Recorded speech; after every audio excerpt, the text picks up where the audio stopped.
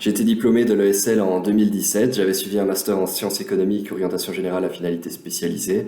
Je m'étais spécialisé surtout dans tout ce qui est économie du développement et macroéconomie. Alors, après mes études, j'ai travaillé comme chercheur, tout d'abord à l'université de Namur et puis ensuite à la KU Leuven. Après mon travail comme chercheur, j'ai été nommé dans la fonction publique où je m'occupais des indicateurs de performance au sein du SPF Stratégie.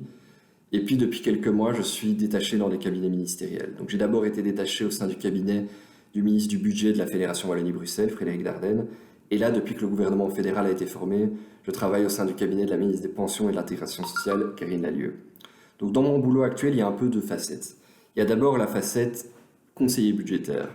Donc je suis le budget, j'assure le suivi du budget au quotidien. Toute décision qui a un impact budgétaire passe à un moment donné par moi et je vérifie qu'on respecte bien les règles du contrôle budgétaire. Donc est-ce que ça doit passer par l'inspecteur des finances, est-ce que ça doit passer par la secrétaire d'État au budget, etc.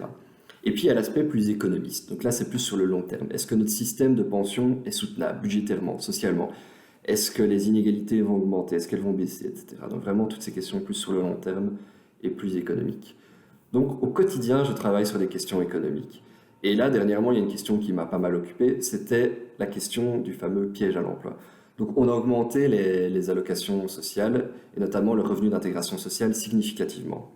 Et beaucoup d'opposants à ces augmentations disent oui, augmenter les allocations sociales, ça désincite au travail, ça crée un piège à l'emploi.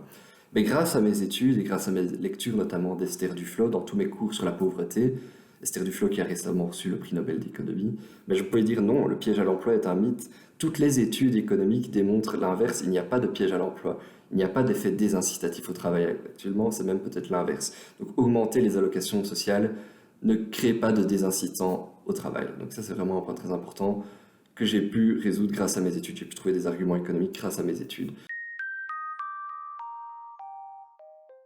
Et donc l'ESL m'a beaucoup apporté. Et pourquoi est-ce que j'avais choisi l'ESL?